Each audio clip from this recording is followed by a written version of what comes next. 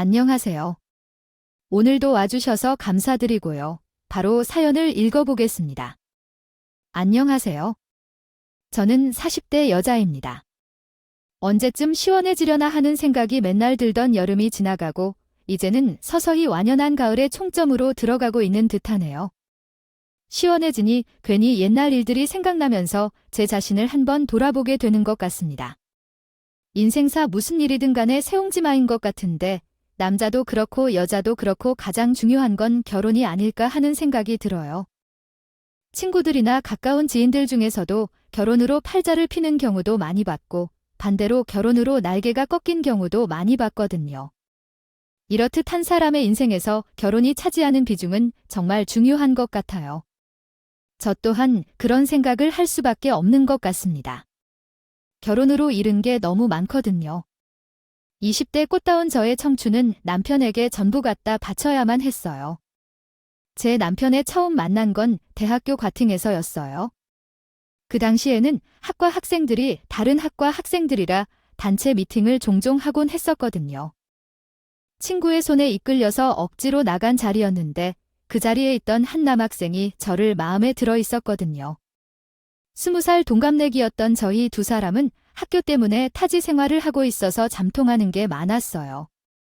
특히나 지방 사람으로서 서울에 자리를 잡고 사는 것에 대한 로망이 비슷하게 있었죠. 그리고 가정 형편도 비슷했기 때문에 서로 같아부터 굳이 말하지 않더라도 알 수 있었어요. 서울에 집 있는 애들이 얼마나 부러운지 몰라. 내 꿈은 나중에 결혼해서 서울에 집도 마련하고 아이도 한 3명은 낳고 싶어. 내가 외동이라 엄청 외롭게 살았거든. 와, 너도 같은 생각 많이 했어. 서울에서 태어나고 자란 애들은 이게 얼마나 특권인지 정말 모른다니까. 우리처럼 월세 때문에 걱정을 해보기로 했어. 기니, 걱정을 해보기로 했겠소? 나도 나중에 여유가 된다면 못해도 3명은 꼭 낳고 싶은데 우리 어쩜 그렇게 생각이 잘 통하는 걸까? 작은 캔 맥주 하나를 놓고 새벽이 되도록 이런저런 이야기를 하면서 얼마나 재밌는 시간을 보내는지 몰라요. 그때가 딱 지금처럼 밤 공기가 선선하던 즈음이라요. 요즘 같은 날씨에는 20살의 제가 생각이 많이 난답니다.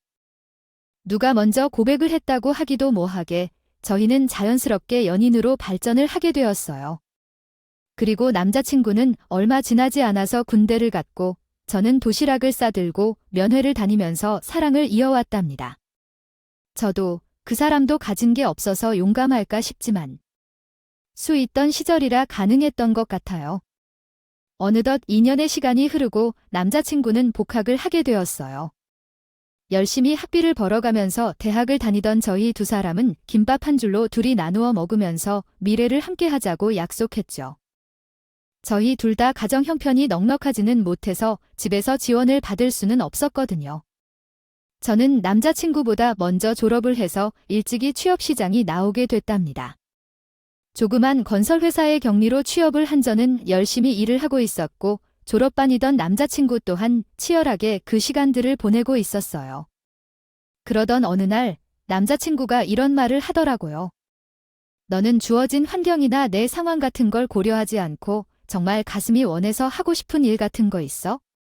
글쎄, 나는 그러한 생각을 딱히 해보진 않았는데 어릴 적에 미술을 배우고 싶었어. 근데 너도 알잖아.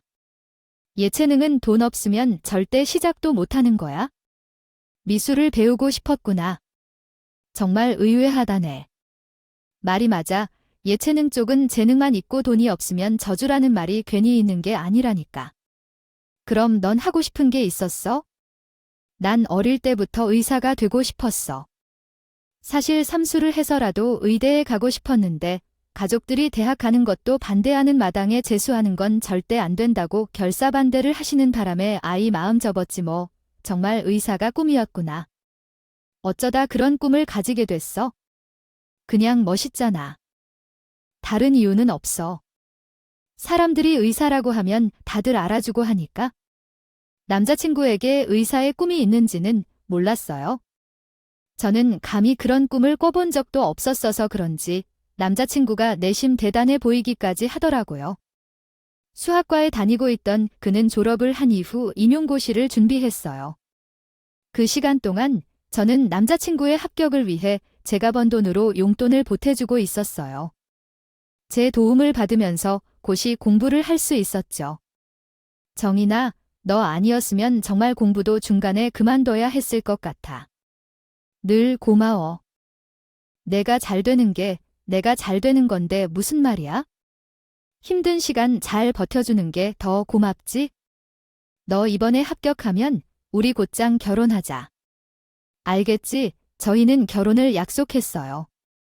한참 전부터 직장에서 자리 잡으면 곧바로 결혼을 하자고 했었거든요.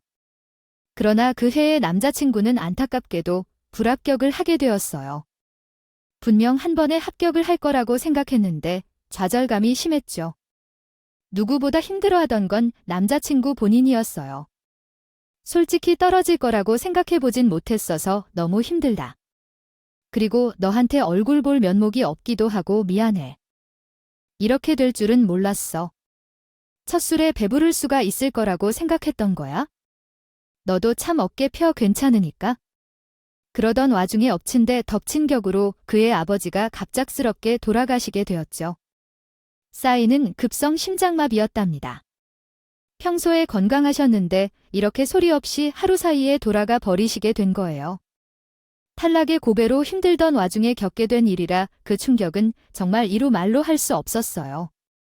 그런 남자친구의 곁에서 저는 힘든 시간을 함께 견디어 주었죠.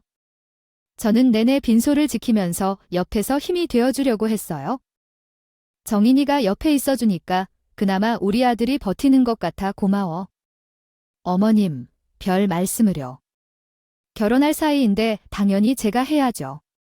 그의 어머님도 저에게 고맙다는 말씀을 하셨어요. 아무래도 이제 만난 기간이 길다 보니 어머님이랑도 종종 만나면서 지내고 있었거든요.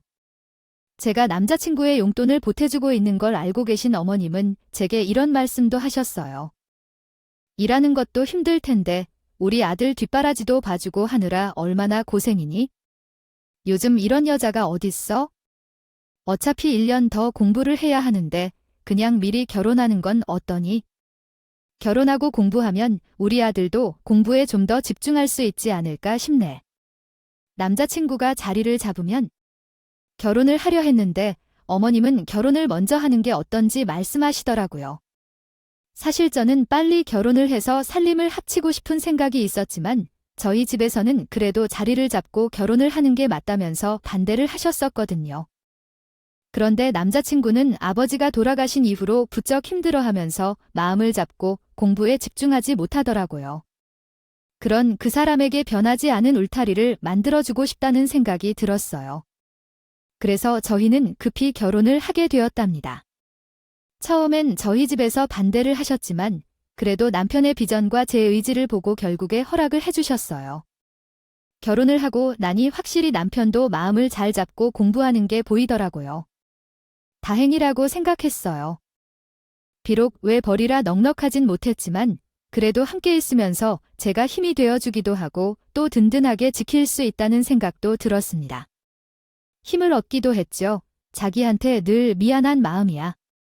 그래도 여보가 있어서 그런지 공부가 더 잘 되는 느낌이야. 내 걱정은 말아 살면서 이 정도 힘든 일은 더 있을 텐데 견뎌야지. 올해는 꼭 합격하자. 그리고 내년엔 우리도 아기도 갖고 해야지. 안 그래?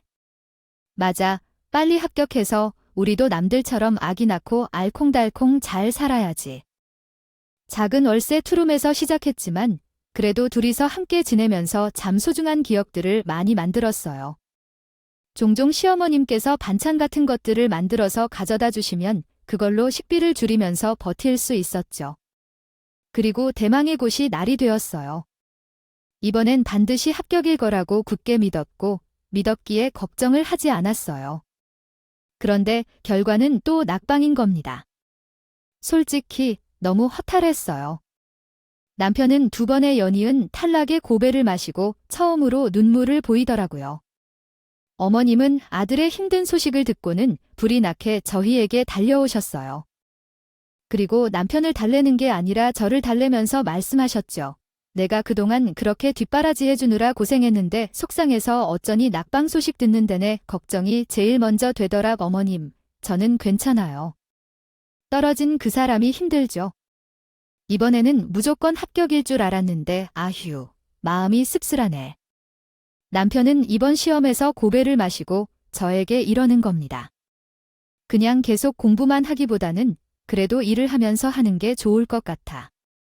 계속 당신만 이렇게 고생시키는 것도 너무 힘들어요.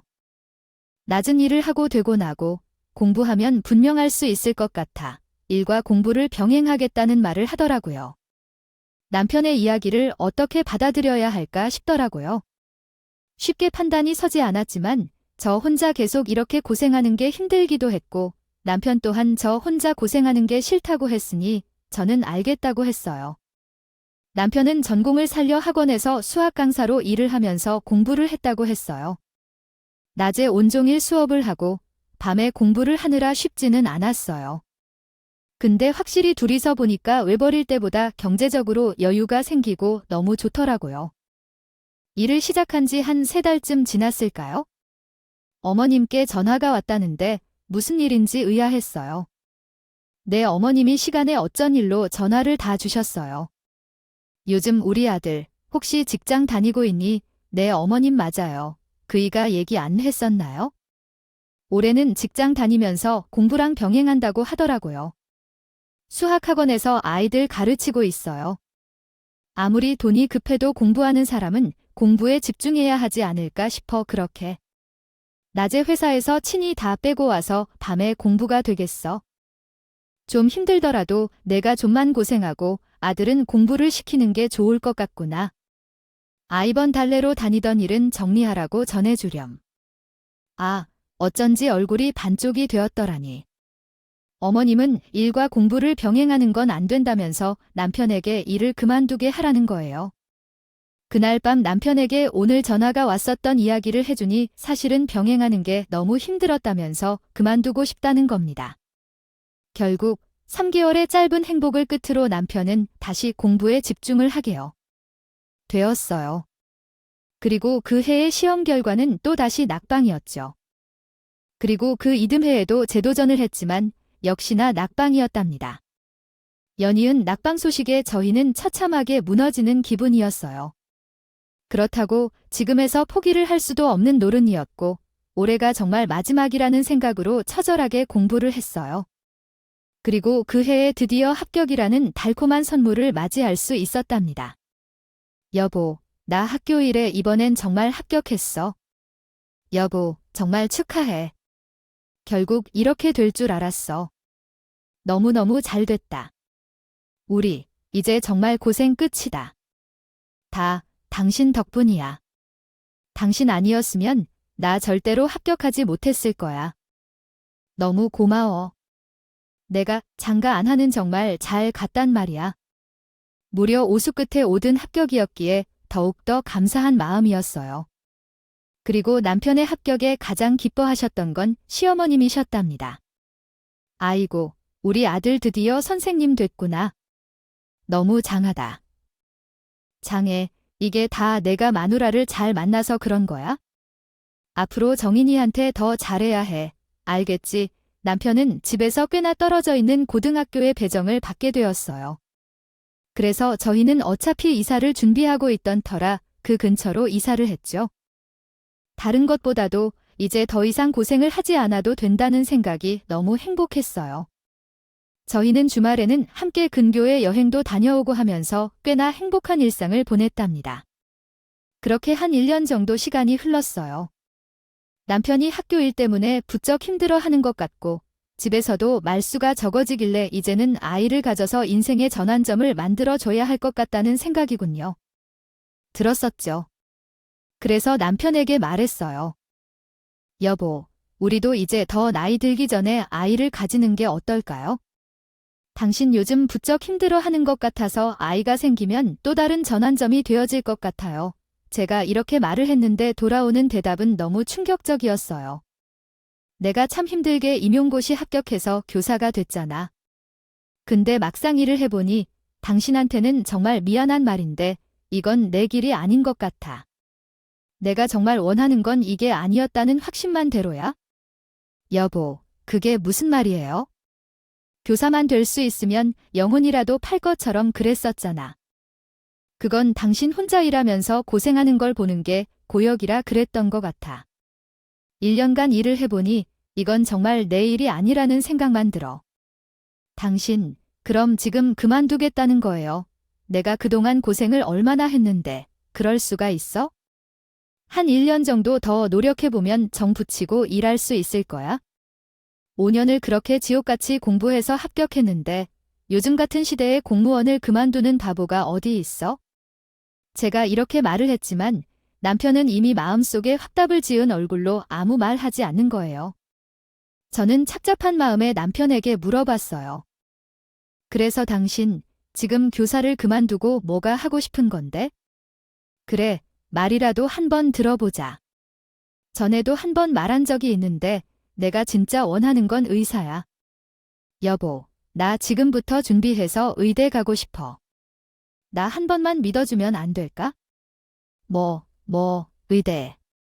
당신, 우리 지금 몇 살인지 알고 하는 소리지.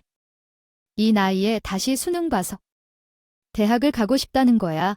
지금 합격한다고 해도 의대면 6년이나 다녀야 하는데 그걸 말이라고 해. 근데 아무리 생각해봐도 시도조차 해보자는 건 나중에 내가 너무 후회할 것 같아. 당신이 나 조금만 도와주면 안 될까? 저는 남편의 말에 너무 황당했어요. 아니, 어떻게 잘 다니던 직장을 그만두고 갑자기 의사가 되겠다고 말할 수 있겠냐고요?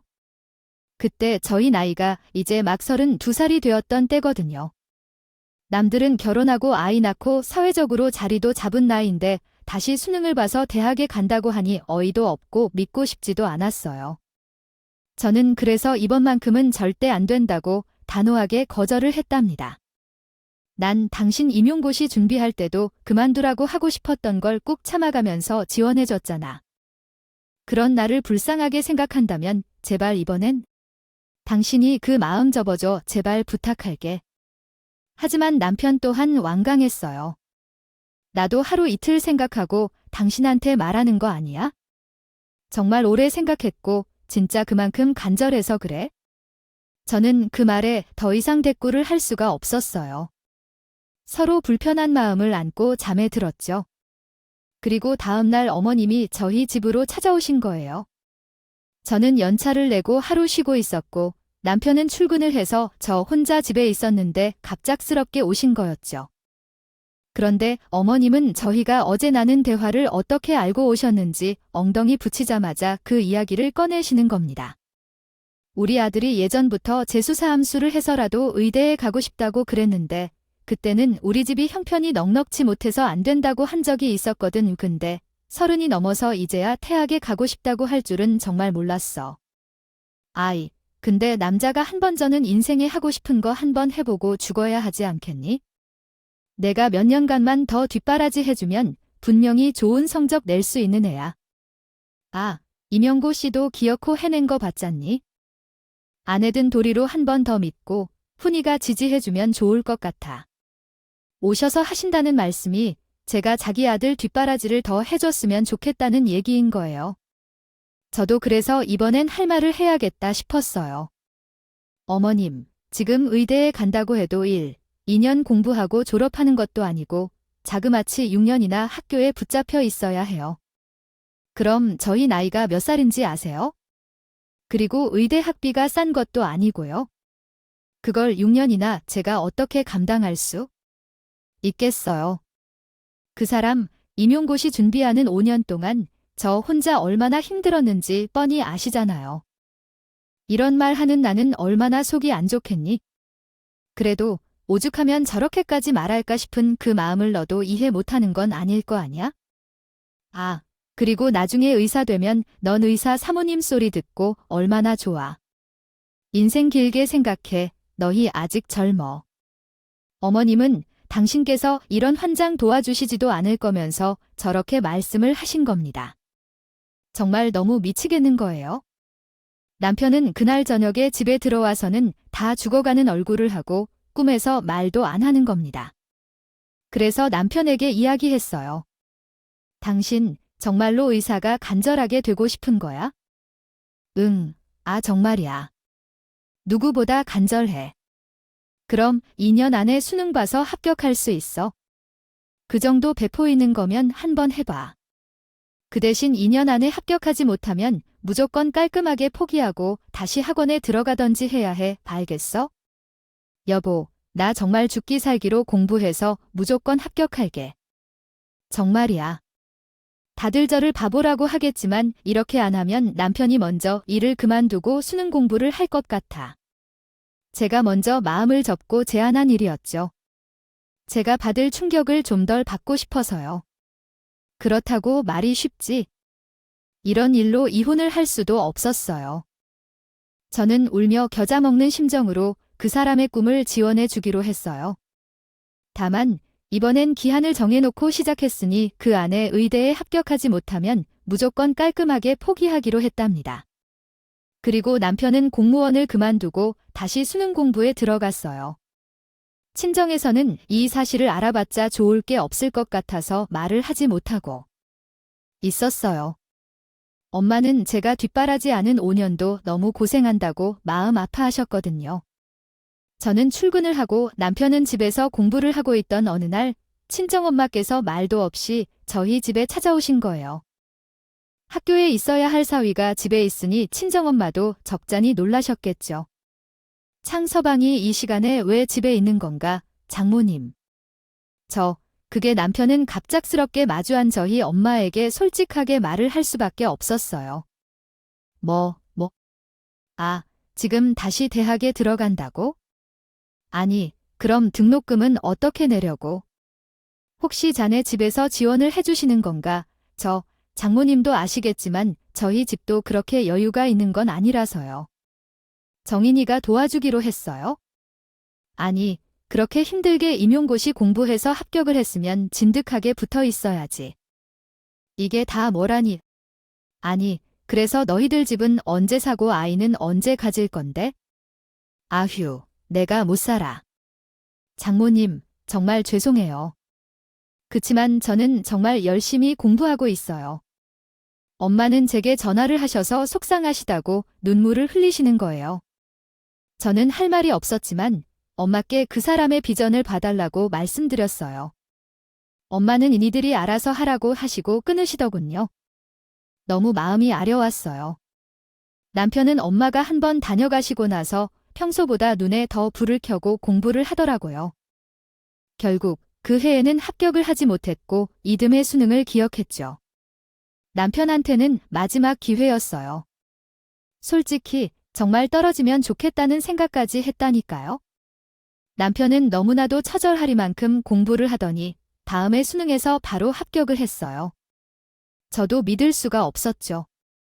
정말 이렇게 결국 합격을 해낸다고 싶었어요. 여보, 나 합격이야. 거봐, 내가 무조건 해낼 거라고 했지 뭐. 정말 합격이야. 당신, 그 의지가 진짜 대단하다. 축하해. 끝끝내 해내는 남편을 보고 정말 대단하다고 생각했답니다. 남편은 학교 생활을 정말 열심히 했어요. 방학이면 과외 알바를 하면서 등록금을 보태기 위해 노력했지만 그래도 남편이 버는 곳으로는 턱없이 부족한 금액이었어요. 저는 1년에 돈 1,000만 원이 넘는 금액을 지원해주기 위해 밤마다 다른 아르바이트를 해가면서 일을 했답니다. 쉽지 않았어요. 남편이 대학을 다니고 나서부터는 친구들을 만날 수가 없었어요. 일하느라 바빠서 그런 것도 있지만 다른 친구들은 좋은 집에 돈 잘 버는 남편 덕에 편히 지내는 것을 보면 제 자신의 상황과 너무 비교가 되었거든요. 남편이 의대를 다닌다는 것은 멋지고 자랑할 만한 일이지만 저에게는 쉽지 않은 시간들이었답니다. 제가 등록금 때문에 그렇게 허리가 휘도록 고생을 하는 걸 잘 알고 있었던 저의 친정엄마는 저에게 몰래 학비를 보태주시곤 하셨어요. 엄마께서도 힘든 일을 하시면서 어렵게 번 돈이라는 것을 알고 있었기에 거절을 하고 싶지만 눈앞에 현실이 너무 힘들니까 어렵게 그 돈을 받을 수밖에 없었답니다. 엄마, 뭐 이런 걸 다 해주고 그래? 내가 알아서 한다니까 아이 혼자서 그 큰 돈을 해내려니 그냥 없이는 어림도 없다고 생각했던 거죠. 어떻게 내겠어? 입원하기는 엄마가 한 번 보태줄게. 아이고, 너만 이렇게 무슨 고생이라니? 속상해서.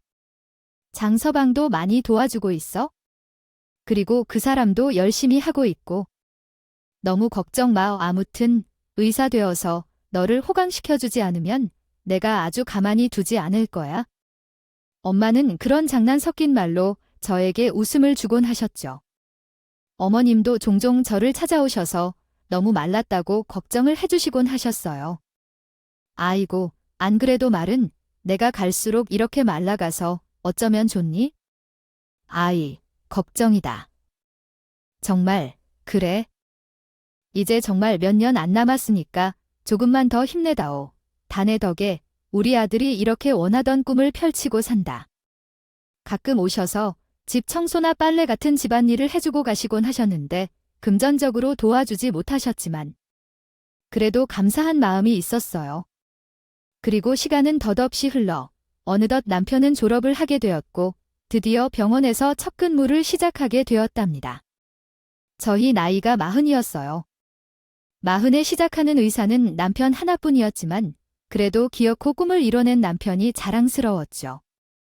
첫 근무를 하던 날 얼마나 울었는지 몰라요.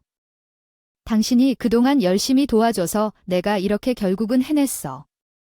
이건 전적으로 당신 덕이야. 너무 고마워, 여보.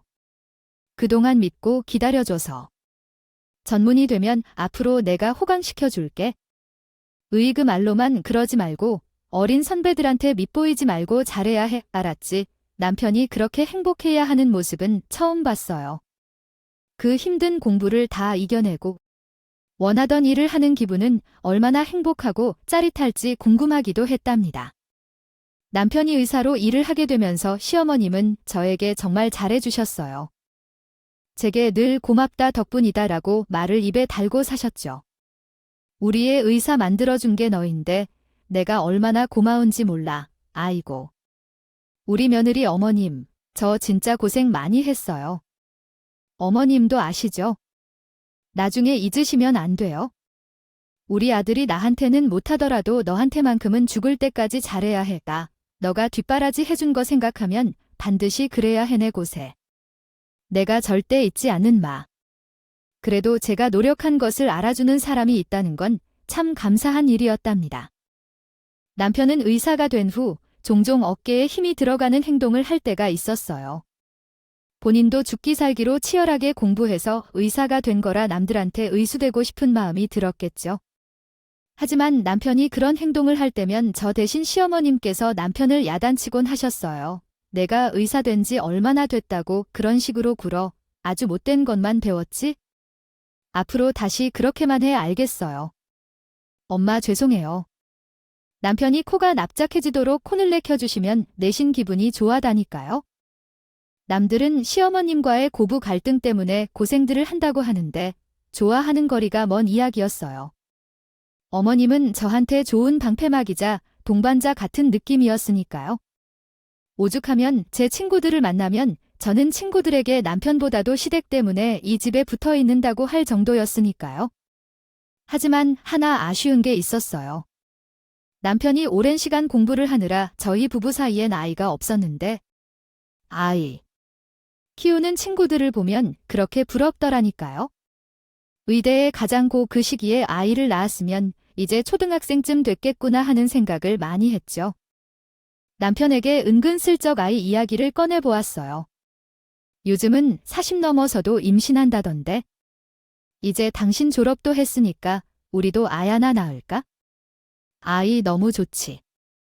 근데 내가 병원에 내내 붙어 있어야 해서 당신 임신 기간에도 잘 못 챙겨주고 육아도 거의 못할 텐데 당신이 너무 힘들지 않을까 싶어.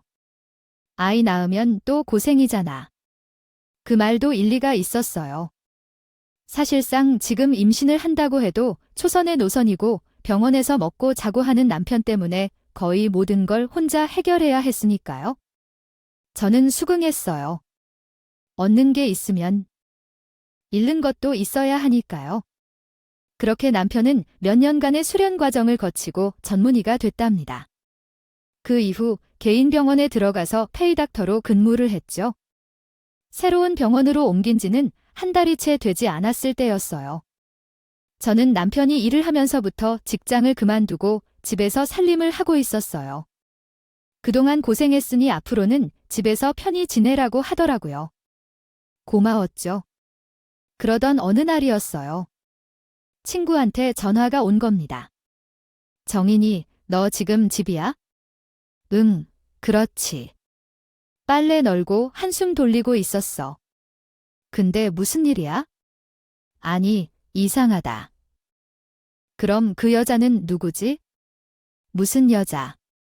친구는 저희 집 근처라면서 잠시 들르겠다고 하더라고요. 저희 집에 온 친구의 이야기를 들었을 때 정말 충격이 컸습니다. 그 자리에서 거의 개거품을 물고 쓰러질 뻔했어요. 오늘은 친정 아버지가 검진을 받으러 병원에 갔었는데 거기서 우리 남편이 일하는 거였어요. 그런데 내 남편이 여자랑 너희 시어머니랑 같이 있더라고요. 엄청 화기애애하게 웃으면서 저는 처음에 내 남편을 내 부인으로 착각했어요. 진짜 소개팅 중인 줄 알았다니까요. 그리고 아버지가 검진 받으러 들어가셨을 때 제가 화장실에 갔다가 놀라운 일이 있었어요. 내 시어머니가 통화하는 소리를 들었는데 그 목소리가 특이해서 귀에 걸렸어요. 그 여자랑 병원장의 딸인 걸로 보여요. 그 여자가 오늘 점심때 손을 잡아줬다면서 매우 흥분하는 것 같더라고요. 의사가 돼서 제조항을 맺고 결혼해야 한다고 하더라고 말이에요. 내가 진짜 너무 놀라서 그 자리에서 소리 지를 뻔했다니까. 거기서 멈췄으면 그렇게까지 놀라지는 않았을 거야. 지금 빨리 애부터 갖게 해야 된다는 말을 하는데 거기서 소름이 쫙 돋아가지고 너 지금 당장 이거 따져야 하는 거 아니야? 친구의 말에 너무 놀라서 할 말을 잃었어요. 저와 아주 가까운 친구라 제게 거짓말을 할 리가 절대 없었거든요. 이게 도대체 어떻게 된 일이고 전부 무슨 상황인지 파악이 되지를 않는 겁니다. 저는 급하게 종종 연락을 주고받는 남편의 동료 와이프들에게 물어서 그 병원장 딸이라는 여자가 돌싱이라는 것까지 알아냈어요. 그래서 재혼이라는 말이 나왔나 보다 싶더라고요. 그리고 남편은 새로 들어간 병원에서 사별을 했다는 거짓말을 했던 걸 알게 되었을 때 저는 이건 정말 아니라고 생각했어요. 저를 버리고 새 장가를 들려고 작정을 한 거였죠. 그 즈음부터 시어머님의 태도가 이전과 달라지고 묘하게 변했었던 게 이유가 있었구나 싶었어요. 정말로 사람을 써서 나를 없앤 다음에 사별을 하게끔 만드는 건 아닌가 하는 두려움까지 사로잡히게 되었답니다. 그쪽에서 저를 위협하기 전에 스스로를 보호해야겠다고 마음 먹었어요. 그렇게 생각하게 된 것이 그냥 미친 척을 하자는 거였어요. 치매라도 온 것처럼 행동을 하면 그들이 방심을 할 것 같았거든요. 그래서 저는 일부러 정신이 나간 척을 하면서 지냈어요. 역시나 남편과 시모는 제가 정신이 나간 줄 알고 제 앞에서 자기들의 알량한 계획을 전부 슬슬 불더라고요. 이렇게 된 거면 좀 수월해진 것 같은데 어디 고려정해버리면 아무도 모르지요. 않겠어. 아이, 그래도 엄마. 고려장은 좀 그렇지 않아. 정신 돌아와서 집까지 찾아오면 어떡해? 그냥 어디 섬 같은 곳에 두고 오면 아예 못 찾아올 것 같은데. 먹을 건 못 구하면 알아서 뭐 어떻게 되겠지? 그게 나으려나? 그래네, 말이 맞겠다. 역시 의사라 그런지 머리가 잘 돌아가네요. 우리 장닥터, 저 사람만 없으면 우리 이제 병원장 식구가 되는 거야? 아, 엄마도 제대로 팔 잡히는 거라고 그 말을 듣고 얼마나 충격이었는지 몰라요. 저 인간 말종들 앞에서 눈물이 날 뻔한 걸 꾹 참고 계속 치매 걸린 적 연기를 해야 하는 게 서글펐죠. 잠에 들었는데 눈물이 줄줄 흐르더군요. 그리고 저는 그날 밤 소리 소문 없이 실종된 척을 하고 야반도주를 했답니다. 저희 친정 엄마한테는 모든 상황을 말씀드렸어요. 이년놈들을 전부 가만히 두지 않겠다고 길길이 날뛰셨지만 제가 알아서 할 테니 제발 아무것도 모른 척 해달라고 울며 빌었어요. 그런데 제가 실종이 되자 친정 엄마한테 전화를 해서 못할 말들을 하기 시작한 겁니다. 아, 지금 당신 딸이 청신이 나가서 실종됐는데 이거 어떡할 거예요? 그동안 먹여주고 채워주고 한 돈이라도 내놓으시던가. 아니, 우리 딸이 그렇게 뒷바라지 해준 건 다 잊으신 거예요. 사부인, 어떻게 그런 말을 하실 수가 있으십니까? 아, 정말 너무하신 거 아니에요? 해준 거 언제적 일인데 지금 그 얘기를 가지고 들먹여.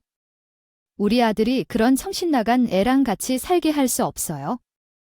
앞길이 창창한 의사인데 이게 무슨 채부리는 짓이야. 당장 이혼 서류에 도장 찍어야 하니까 그 정신 나간 거 데려와요. 새끼 잃은 어미 심정을 몰라서 그러는 거예요. 같이 자식 있는 입장에서 어떻게 그래요? 사람이 아내가 알아보니까 무실종자가 사망 처리되려면 5년이나 떨리고 재판상 이혼 사유에도 배우자의 생사가 3년 이상 불분명해야 이혼이 되는데 그 시간을 어떻게 기다려요?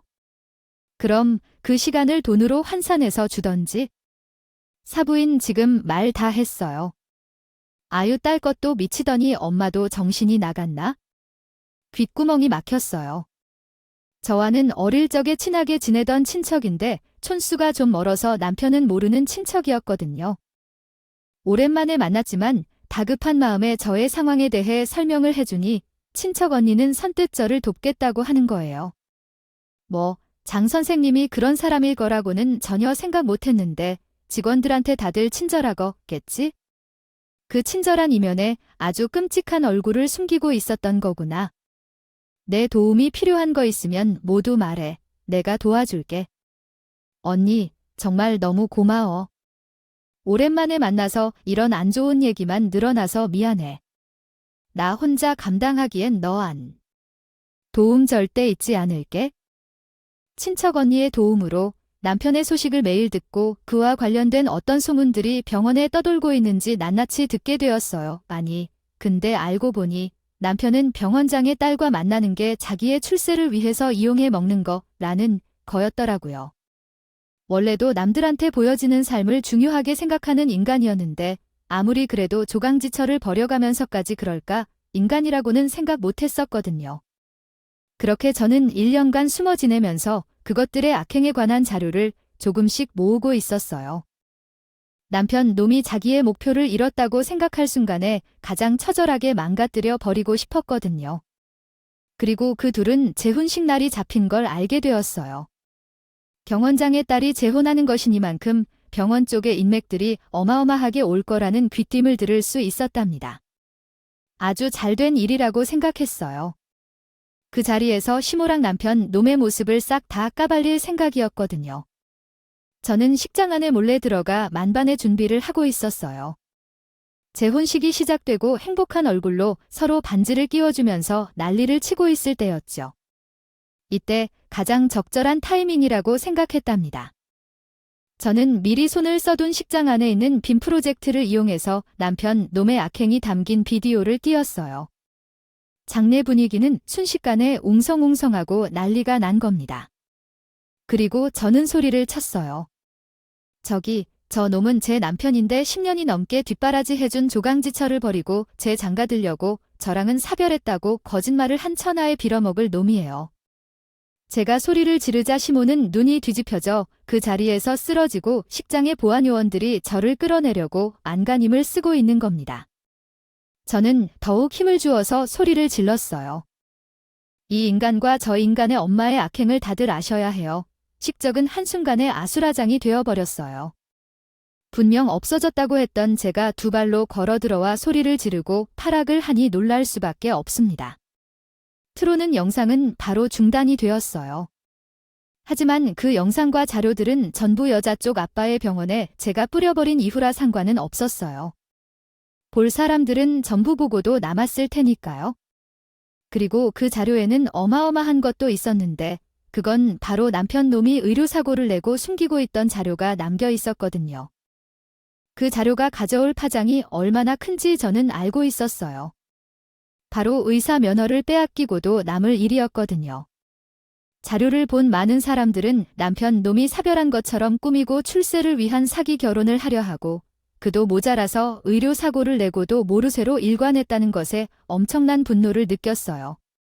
의료사고를 냈던 것이 밝혀지면서 남편은 의사가 오늘 벗게 되었죠. 그렇게나 간절하게 원하던 의사였지만 결국 이런 파국을 맞이하게 된 겁니다. 너무나도 당연하지만 재혼 자리는 파혼을 당했고요.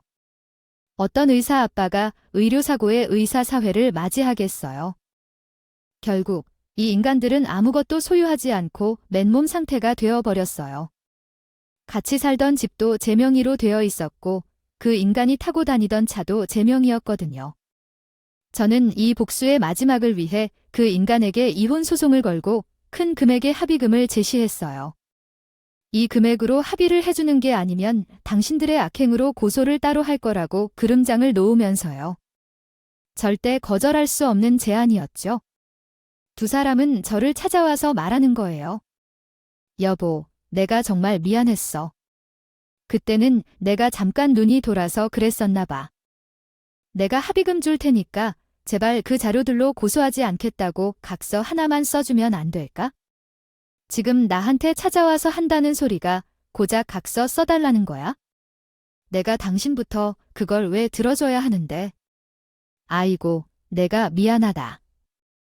그런 거 안 해줘도 되니 제발 고소만 하지 말아다오. 내가 이렇게 두 손 싹싹 빌게 정말 너무 미안하다. 사부인. 제가 죽을 죄를 지었습니다. 남편 노미랑 시모는 가진 돈을 전부 끌어와서 합의를 해주었답니다. 그렇게 저희는 깔끔하게 이혼을 하게 되었어요. 하지만 여기서 물러서는 건 10년이 넘는 뒷바라지를 한 저에겐 부족하다고 생각이 들었어요. 저는 그 인간들을 사기죄로 고소해버렸어요.